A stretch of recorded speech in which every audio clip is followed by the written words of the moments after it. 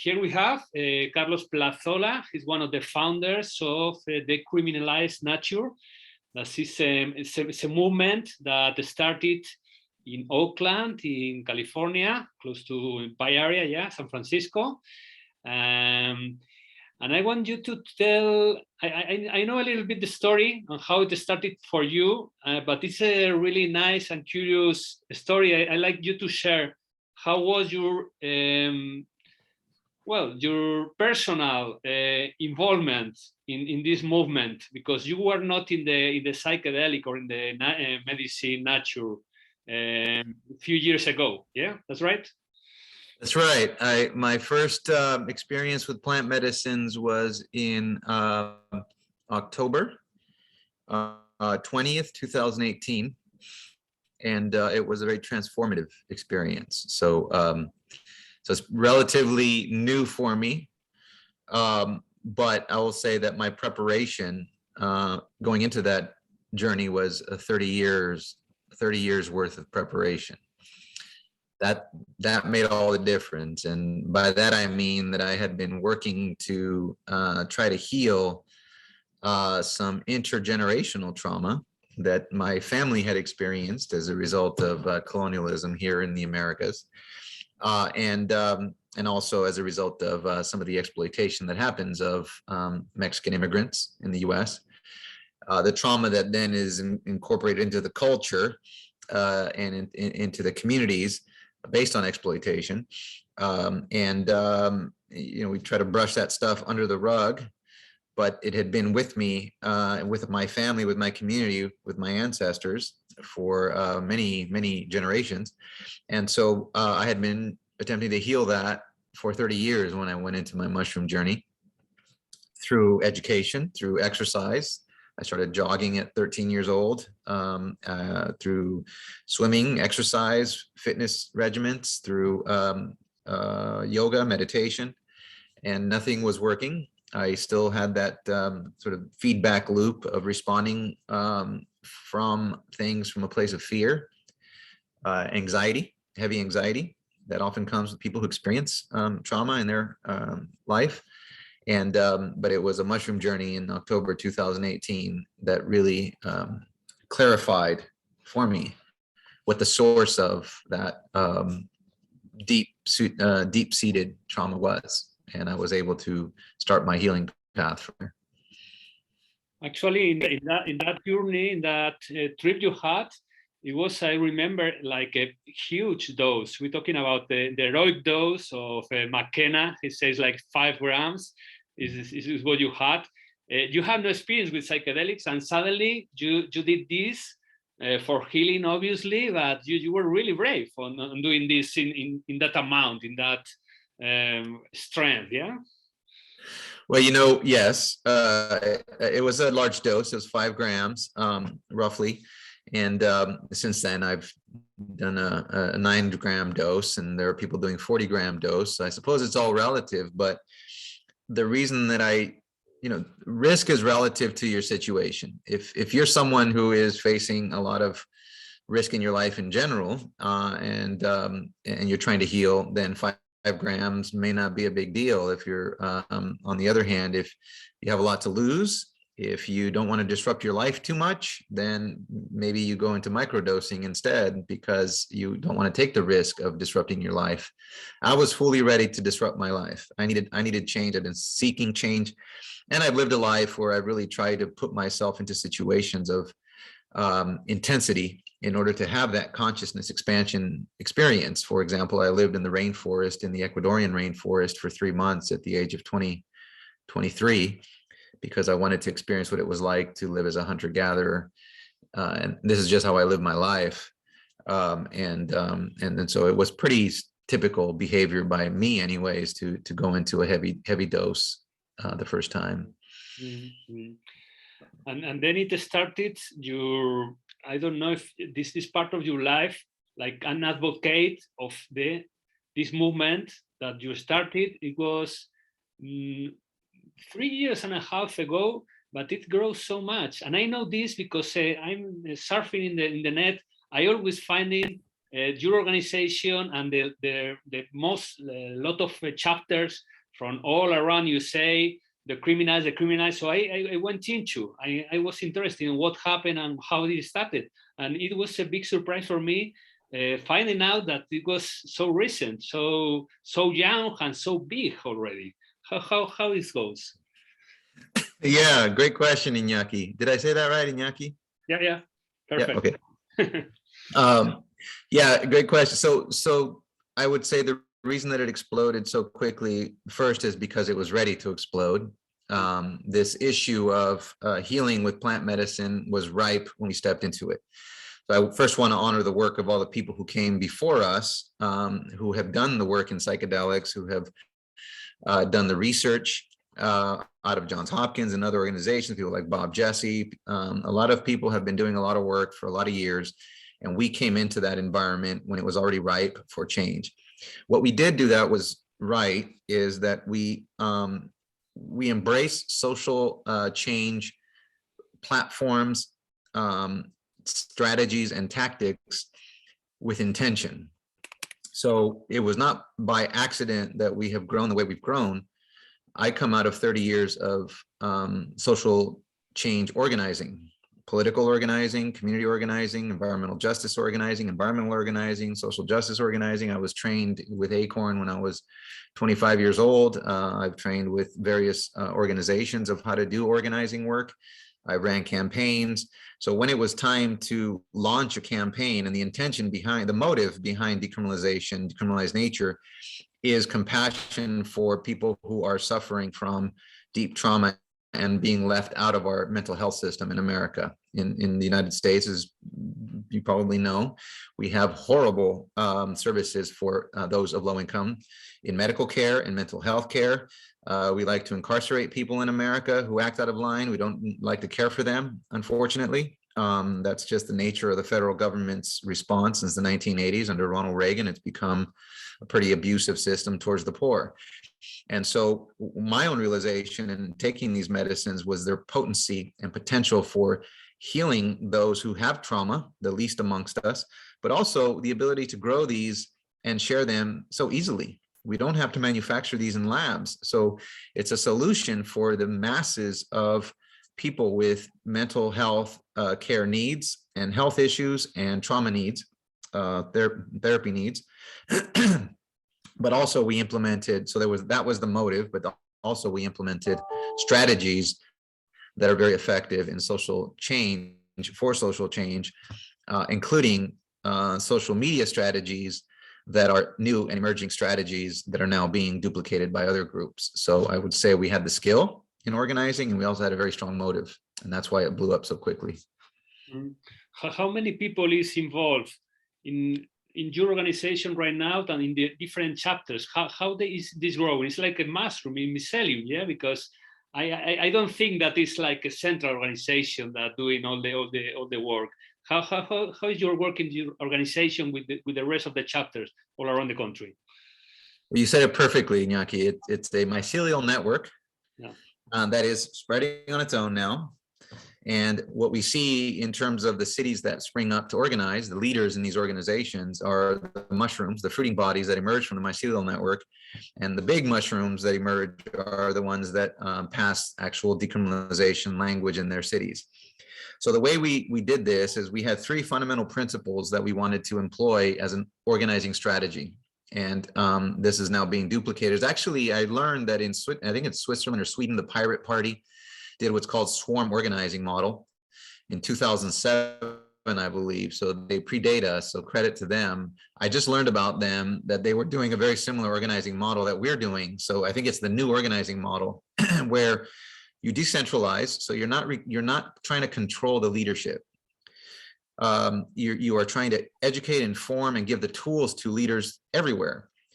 So you're decentralized. You're sharing information. So you're open source. So we're not trying to control and make money off of the information. We're trying to share information. This is about social change. So we're not trying to control the sharing of information. If we create a new document, if we have a letter to a council member or an elected official, everything is public and free. So it's decentralized, it's open source, and it's transparent. all our finances are transparent. Everything we do is transparent. And that's because one of the debilitating factors for social justice movements or social movements is suspicion from within. So understanding that people would become suspicious, the bigger you grow, the more people say, I wonder if they're stealing money, whatever. So we said early on, we're going to be transparent about everything. So no one can question us. And that's an important component. So those three things, transparency, decentralization, open source, is our organizing model. We also use social media to get messaging out. So that's the new tool because we have a new technology. And in that way, we have leaders emerging every day that we don't even know. The way that we help put boundaries on the movement, because if you don't have controls on a movement, then it's not a movement. You need a set of ethos and a set of values that define the movement. So the name is trademarked. We own the trademarks. As long as people are following the ethos, the values, and the principles of our organization, they can do whatever they want as long as they're advancing the cause. And this is a non-control model, and it enables quick emergence of shared values in this, using social media and grassroots organizing as tools. This is the emergent model that actually credit to the Pirate Party. They are the ones who initiated it first. We did it independently over here. We didn't even know they existed, but now this is becoming a new way of organizing. How do you think why do you think it's important to work locally with the local governments instead of doing, for instance, I don't know if you are doing also in a national-wide basis or in international wide basis. In the States, it's important to do this in different cities and states. Why is that? Great question again.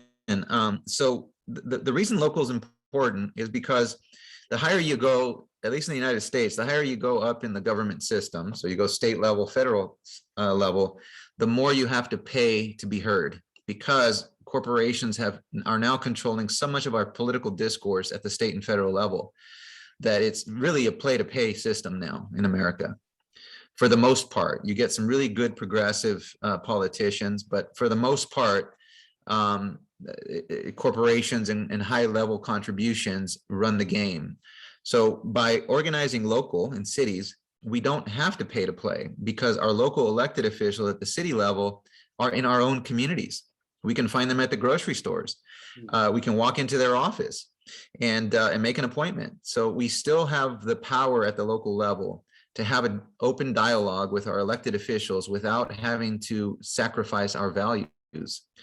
And so we felt it was important to build the movement first at the local level so that our values could be set and proven that we can pass these and convince elected officials that it's worthy of passing these in terms of legislation.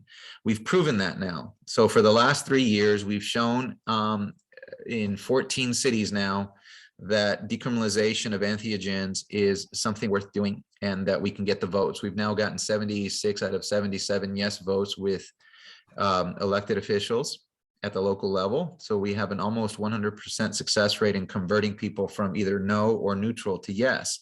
That is an incredibly high conversion rate. It means that what we're doing is highly legitimate in the science and in the testimonials. And so we've proven success. Now, for 2022, 2024 and onward, we're going to start organizing at state legislative levels. And this is now our next phase of maturity, is we're now going to go into the state battlefields, but we're doing it on our terms. We're not going to sacrifice our values to big money. We're going to raise money and we're going to hire professionals, but we're going to do it with an existing value framework that is already set, which is compassion-based, which is equitable access for everyone, which is no limits for people, right? Setting no limits on how much I can grow, just like tomatoes and oranges. If I want to grow 10 pounds of mushrooms, as long as I'm not selling them, why not? It's nature. So these values are set. Now we're going to start raising money and advocating at the state levels through passing legislation, either ballot initiatives or through legislative officials through the legislative process. And then our goal is to eventually go to the federal level and change the laws at the federal level around plant medicines. And then our hope is eventually we'll work with folks like you in other countries to build an international movement. That should be really nice. That should be really nice, of course. The thing that is one thing that is, I think, really interesting about decriminalizing nature is that you are apart from this. You are talking about plant medicine. You are talking about nature. You are talking about plants, about peyote, about ayahuasca, about San Pedro, mushrooms, of course. So you're keeping apart from psychedelic. So you are not part of this psychedelic renaissance. I think this is an strategic and political option. Yeah, the fact that you are not supporting, for instance, MDMA or LSD. Well, why is this? So we have organizations that are already advocating for synthetics. Yeah. And the reason that they're advocating for synthetics, groups like MAPS, is because there's a lot of money to be made in synthetics because it's a limited number of people who can manufacture it. You need laboratories. You can't just grow it in your backyard. What we were going after was the direct relationship with nature. Our great concern as activists is our worsening relationship with this planet.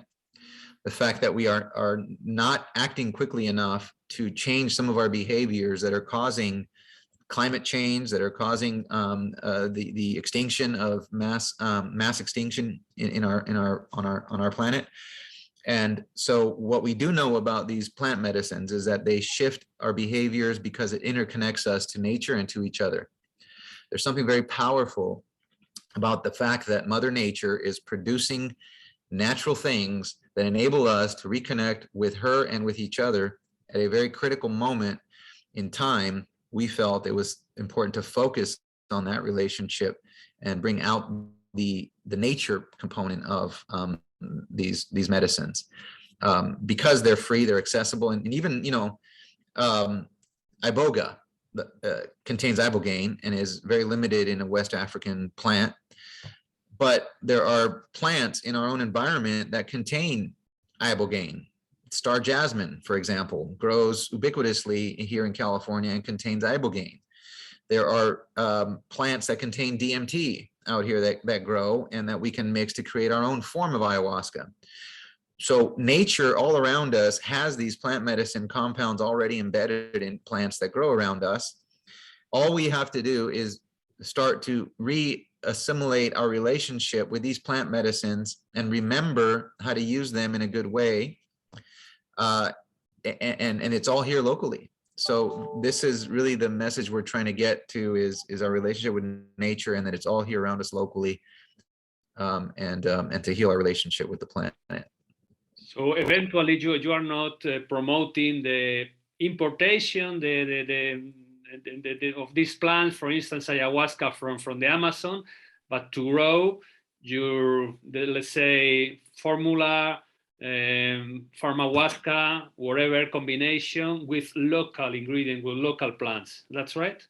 That's right, because part of the awakening process is to understand our own local environments and reconnect with our local environments. It's very difficult to connect conceptually with a rainforest if you live in Oakland. You can connect with it in a conceptual level, but it's much easier to connect with your local environment and to learn about the plants that grow around you, which ones are edible, which ones are medicinal, how do you combine plants to achieve the same effects as ayahuasca perhaps. This is all part of the emergence of humanity into rebuilding our relationship with nature.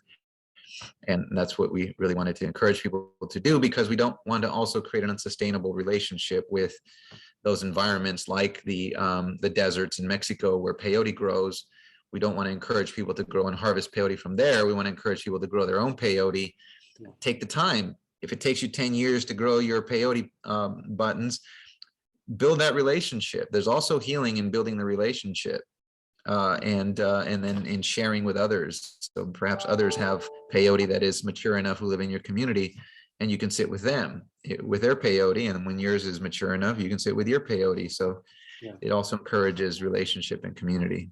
Yeah. Talking about peyote, how are reacting the peyote churches, the movement of peyote of the Indians there in the south of the States to your movement? Are they collaborating with you? Because I heard that they have already their religious status that led them to do their ceremonies, grow the peyote, have the peyote without the interference of the federal government. You have any conversation with them, with the peyote churches? We have had a lot of conversation with the various churches, but there's varying opinions depending on which church you talk to. There are some churches that that come from the original the Native American church emerged from Quanah Parker and James Mooney, and their perspective was that all people should heal with peyote because we need to heal all humans. In the 70s, then there was a branch that emerged that wanted it to be only tribal members who used peyote in the Native American church. So these are two different factions of the Native American church. There's still, probably most of them still agree that all people should have access to peyote and be able to build a relationship with peyote for spiritual purposes. However, there is a faction within the Native American church that believes it should only be for indigenous, for tribal members. My own perspective on this as a person of indigenous ancestry here in the Americas is that no one can own nature, and that's really not the history in humanity. My people domesticated corn, and now corn is, I think, 60% of the total consumption of foods globally has some corn element in it. And so we as a species have survived and thrived by sharing with each other. So I think I come more from that school that we should share the peyote, but we should do it in a way that's sustainable and that gives reverence to those teachers who have sat with it for a long time. Mm-hmm. And how is the situation for ayahuasca? As you know, Plantaforma is a organization that is defending the ayahuasca, the right way to do as ayahuasca as best practices here in Spain. We're specifically interested in this plant, on all the medicine plants, but specifically in ayahuasca. I'd like to know, because I think that you have also ayahuasca churches like the Brazilian, Santo Daime, UDV, etc.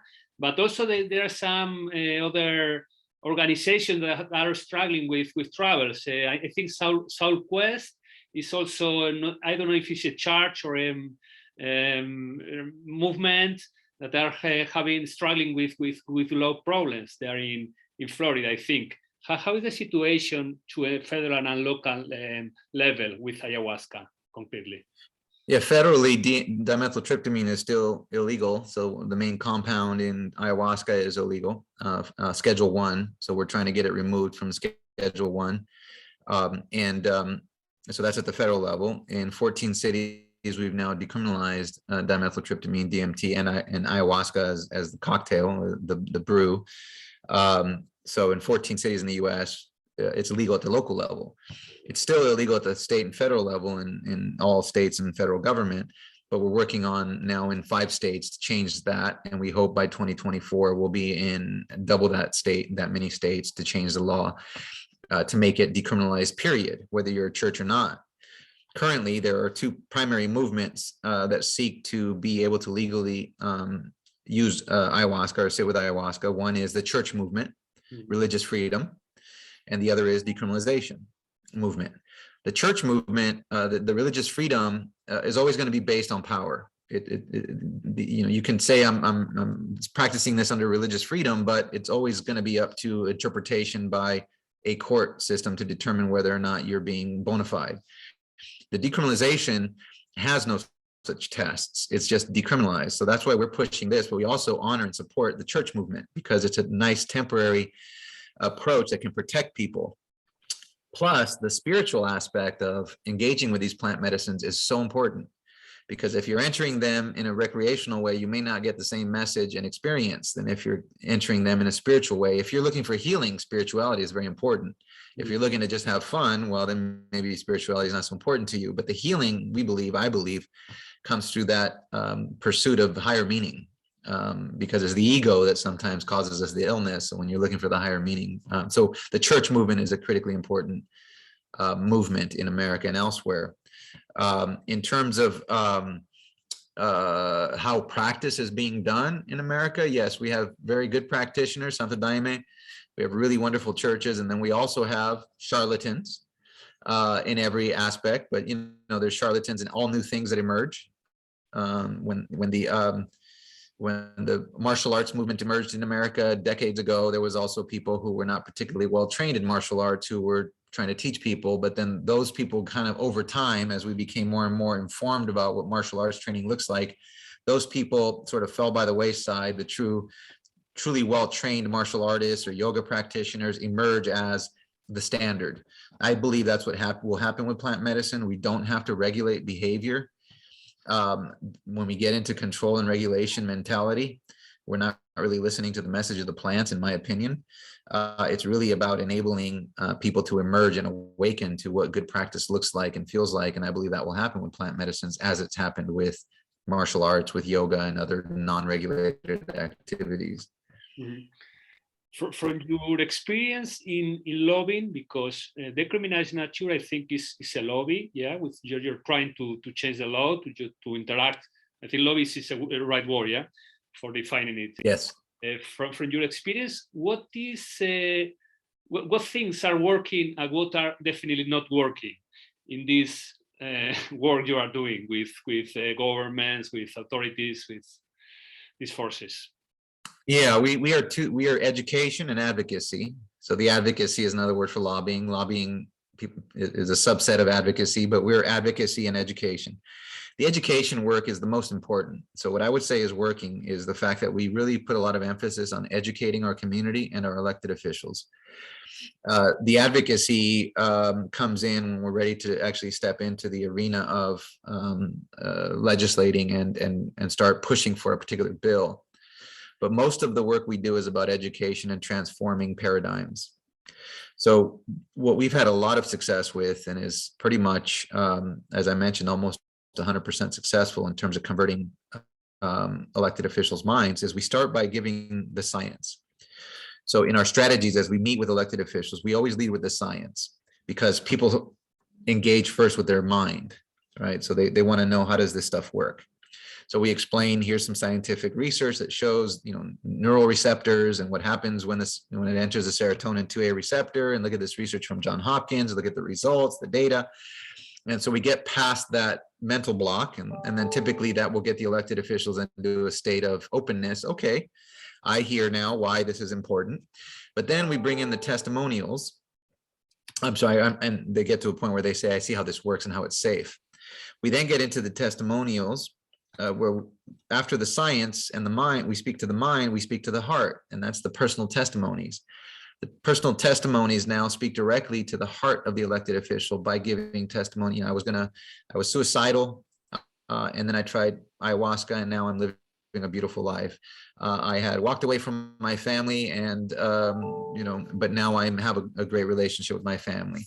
My husband died and took mushrooms in order to have less anxiety upon his death. All of these stories really speak to the heart, to the elected officials, because they also have family members who are struggling oftentimes, and they will relate it to themselves now through the heart. So we start with the mind, but then we speak to the heart, and then we always end with the ancestry, that all of our ancestors use these plant medicines. It doesn't matter who you are. At some point in the history of your ancestry, your people were using these plant medicines, or some version of plant medicine, perhaps not as potent, but they were using these plant medicines to heal. So we connect it to their ancestry to talk about the history, so that people understand this is not new terrain to be explored only by medical. These are things that have been used by our people, all of our ancestry in relationship with nature for millennia. And so we have to honor that. And this recipe, mind, heart, the spirituality, the ancestral connection, has been a very winning formula for us in terms of changing minds. In terms of what hasn't worked, I can't really say much that hasn't worked, because we've been very successful. We are now running into challenges with our adversaries who don't like the fact that we exist and what we advocate for, because they really advocate for profiteering over abundance, which requires scarcity. Profiteering requires scarcity. The more that they can make these plants scarce, the more money they will make when they put it into a pill or into a package at a local vendor. So that's where our opposition is currently coming from. We're talking about big pharma or little pharma, pharma in general. Big and little pharma, yeah, big and little pharma. Yes, but people who are wanting to sell synthetics typically don't like the fact that we're advocating abundance in nature. Yeah, absolutely. I think it's important to remind to the people that, as you say, this has been working for millennia, that this all started with a really big mistake from my point of view. It was the war on drugs. It's 1971, the year I was born, by the way. So 50 years. And the last 50 years is the first period of human life, maybe, that this substance, these plants, has been outlawed. This is correct. Well, it even, yes, that's when the actual war began, right? Before there was policies prohibiting things like marijuana use was prohibited before the war on drugs, but it was the war on drugs that amplified the enforcement and incarceration for their use. But you know, if we take mushrooms, for example, mushrooms were used by the Aztecs when the conquistadores arrived. And the mushroom ceremony, the Mazatec, the Mayans, the Aztec, and it was just part of the culture. And we see it now in many of the archaeological relics in Mexico. But the use of mushrooms in Mexico, as well as the use of peyote in the United States, were persecuted by those who came to colonize these countries. And so the persecution of the use of these medicines goes back thousands of years, even you know, going back to the Greeks and the Romans, particularly the Catholic Church, seeking to enforce against the use of these plant medicines for expansion of consciousness. And a great book, The Immortality Key, Brian Murasu wrote The Immortality Key, and he documents in a wonderful book the persecution of the use of these plants going back over 2,000 years. Mm-hmm. So it was no Nixon. It started with the Spanish, yeah, with the conquistadors. Nixon funded the war. Yeah, to be real, he put a lot of our people in jail, people of color here in America, in prison as a result of his war on drugs.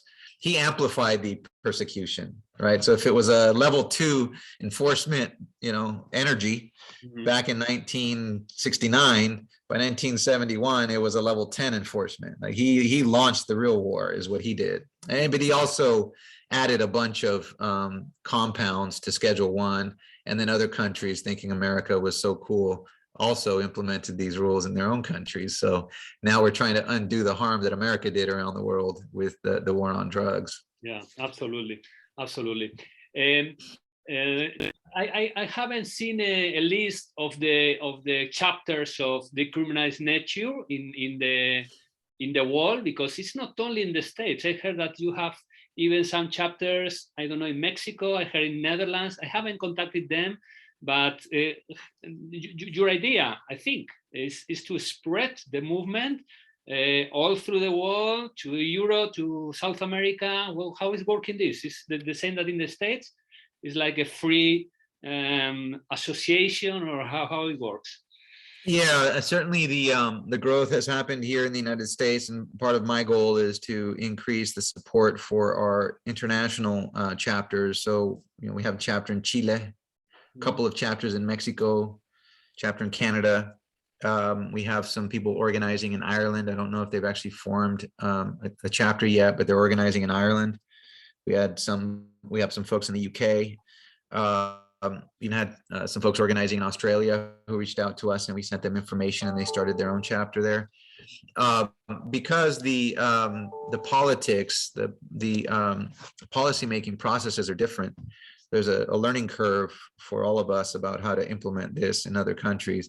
It shouldn't be all that different. It's really just educating your legislators, whether they're at the local, state, or federal level, and educating your community. That's the basis of this, is transforming paradigms about what these are.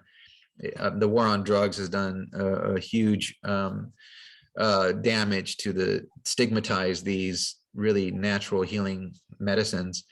And so a lot of our work is just to destigmatize them and then open up the conversation in communities. That can happen anywhere, regardless of how policy making is done. So I welcome a chapter to emerge in Spain, and we'd love to work with you all. But we would need guides in your country about how to change policy if that's the intention there. Absolutely, absolutely. That's, we would like to collaborate, of course. I just want to close with some last question, because we started with a personal question about how it started for you with this the mushroom journey and everything 4 years ago. I'd like to ask you, how are you now? How has changed your life? What are you doing, and what are your plans beyond the Decriminalize? I think you have some projects around the plant medicine also. Yeah, on a personal level, it has, the effect. So I've done a number of mushroom journeys, ayahuasca, and cannabis for me is also a sacred plant. So I all of the consciousness affecting things, medicines are sacred for me, and I engage with them in a way that sees them as sacred, so that I sit with them in a good way. Intention is so important. So for me, understanding the nature of this relationship has been transformative in that it's allowed me to heal a lot of the fear-based way that I saw the world. I now am cognizant of when I'm experiencing fear or anxiety about things, so I try not to act from that. And instead, I try to act from a place of love and compassion, seeing the other as equally as valuable as me and equally deserving of beauty in their life as me, and that I am part of their existence, not just them being part of my existence, but they were part of each other's. So this has enabled me to emerge into the world because of plant medicines in a more compassionate way. And the direct effect has been a much stronger relationship with my family, my wife and children, a much more compassionate relationship with them. I was very transactional before, always trying to make sure that we had enough to survive. The prototypical working dad in America that just works all day and then has nothing left home. So I wanted to make sure that I was present for them more, and I am now. And so in that, there's a gift for me, and that I get to experience their lives as beautiful as their lives are. So my relationships have gotten stronger. My involvement in my own community is strengthened. My relationship with my ancestry is definitely strengthened. I am now beginning to understand my own trajectory and the role of my ancestors in fighting for my existence, the beauty of my ancestral struggles. And so all that is very real. In terms of the implementation at the local level, where I'm getting more involved at the sort of national, international level of Decriminalize Nature, to helping advance the movements there. But at the local level, we're building teams of people who want to restore our relationship to our local economy. So building local economy from things that grow from the ground, soil-based economies, as some might say. What that means is that because the soil is here, the water is here, the seeds are here, we grow our own. Let's grow our own medicine, but it's also grow our own foods. Let's create jobs for ourselves and for our residents. Let's stop relying on the stuff to come from our federal and state governments, because they're, as we're seeing from inflation happening globally and the emergence of what will probably be a pretty severe recession coming up, or else we'll have pretty severe inflation as a response to monetary policy. We got to figure out how to care for each other. So we're now working with churches here locally, church leaders, with organizations, with food decolonization organizations, to build local economy. And so that's going to be our next focus. We believe that the stewards of the plant medicines, the longtime stewards, indigenous stewards, that the craftspeople who've been working with these medicines, with the artisans who've been developing the spaces, that these are the people that should really be participating in the local economy, not the corporate profiteers who sit in boardrooms who are going to decide for us how we engage with the medicine. So local policy is emerging towards exclusion of deep pockets and towards support of local community. So that's what I'm pretty involved in now. Okay, that looks like a lot of work to be done. Yeah. Yes, indeed. So I like to thank you in the name of Plantaforma, all of my compañeros from here, from Spain. So we are So glad to have you. Thanks for your time. You are invited to Spain, to Madrid, to Ibiza, where some of where we are on here. And thanks for your job, Carlos. Where you're in Madrid? No, I am in Ibiza. The main organization, the chapter here is Madrid because it's the capital, and it started. I'm from Madrid, but some of the members are here based on Ibiza. That is more relaxed. Thank you. I look forward to visiting you in Ibiza. Hopefully. Thanks a lot, Carlos. Thank you. Bye-bye.